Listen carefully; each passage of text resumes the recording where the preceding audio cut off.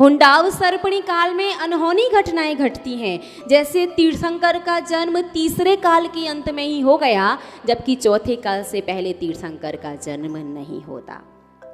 तीर्थंकर, प्रथम तीर्थंकर से पहले कोई मोक्ष नहीं जाता।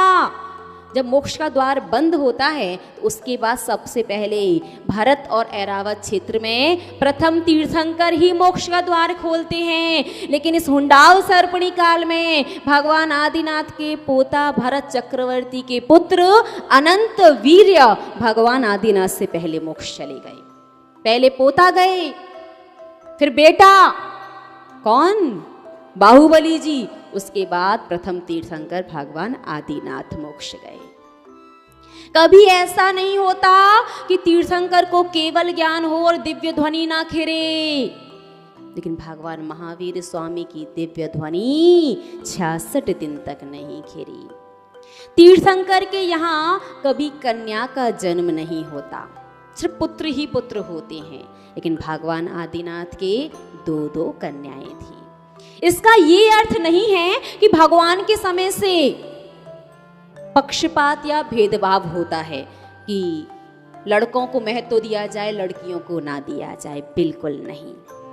तीर्थंकर के लड़कियां बस इसलिए नहीं होती क्योंकि लड़कियों का जब विवाह होता है तो लड़कियों के पिता को दामाद के सामने झुकना पड़ता है, और तीर्थंकर भगवान त्रिलोकी नाथ हैं, वो किसी के सामने नहीं झुकते सिद्धों के अलावा। इसलिए तीर्थंकर के पुत्रियां नहीं होती। पक्षपात वाली भावना नहीं, याद रखना।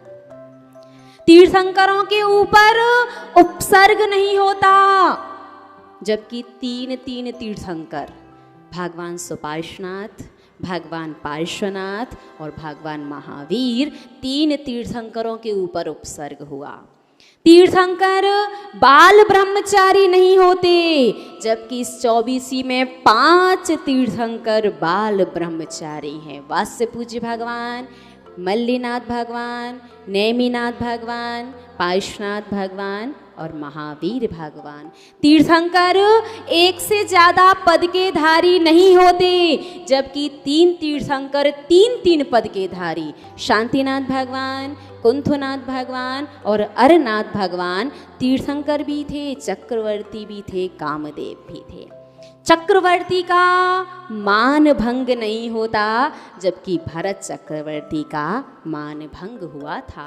और भी बहुत सारी घटनाएं ऐसी हैं, जैसे सभी तीर्थंकर का जन्म अयोध्या में ही होता है, जबकि अभी अन्य स्थानों पर तीर्थंकरों के जन्म हुए हैं। सभी तीर्थंकरों का मोक्ष सम्मेद शिखर जी से ही होता है, लेकिन वर्तमान में मोक्ष सम्मेद शिखर जी के अलावा भगवान नेमिनाथ गिरनार जी से गए हैं, भगवान वास्यपूज्य चंपापुर से गए हैं, भगवान महावीर पावापुर से गए हैं और भगवान आदिनाथ जी कैलाश पर्वत से गए हैं।